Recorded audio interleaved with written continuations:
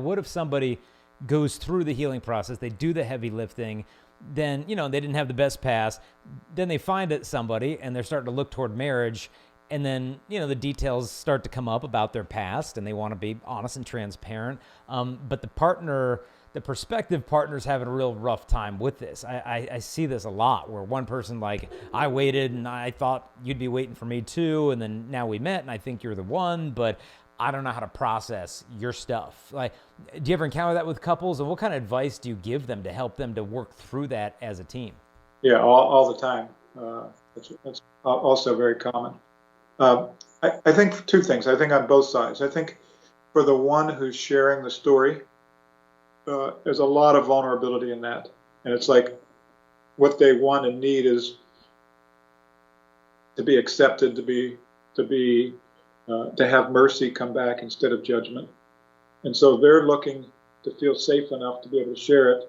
They don't want to stay in hiding. They want to be real. And so there's the person who's hearing it needs to see and hear all that this isn't about them and a statement about them. It's a statement about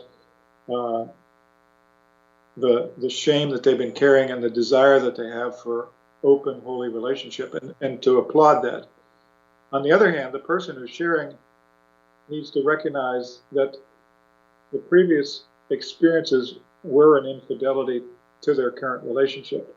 That there is even though it happened in the past, there's a very real betrayal at the moment that the person is being told. It's like something that was to be reserved for your spouse has in some way or another been given to somebody else. And so for the person who's sharing it, not to expect that there's some trauma involved for the person receiving it is also blind. And so for each person to be able to see what the other person needs, the person who's sharing it needs to be received with love and mercy and compassion. And it's difficult if it's creating trauma in the person receiving it. And the person who's receiving it needs to experience the love and compassion of the person sharing it. This is wounding me too. Just by you sharing it, it's wounding me. And they're real wounds. They're real betrayal wounds. And so both of them need to have that kind of compassion and respect for what the other one needs in that situation. Yeah, no, I mean, I think it's a real true test of love. Like, do we have the maturation to see beyond our own immediate emotional needs, to actually empathize with another human being and realize what they're going through? Because it's going to, I think, require a lot of patience on both of their parts towards the other person and what they're going through. And hey, maybe this person is going through some insecurities and some feelings of fear and betrayal. And this person's, like, hey, I don't want to be felt like my nose is getting rubbed into it and I already got God forgave me. Why can't you forgive me? But I mean, it's okay. This gets a little bit messy, I think, but it's a real test of love. Like, and I've even told, guys that, like, look, if you can't handle her past, then you need to be honest with her about that. Like, either you go to counseling and you really find a way to work through that, because she doesn't deserve to have be hung over her head for the rest of her natural life. I mean, it's when you marry someone, you're not marrying them for their virginity. Like, you're marrying them you don't save your virginity to get it. You save it to give it.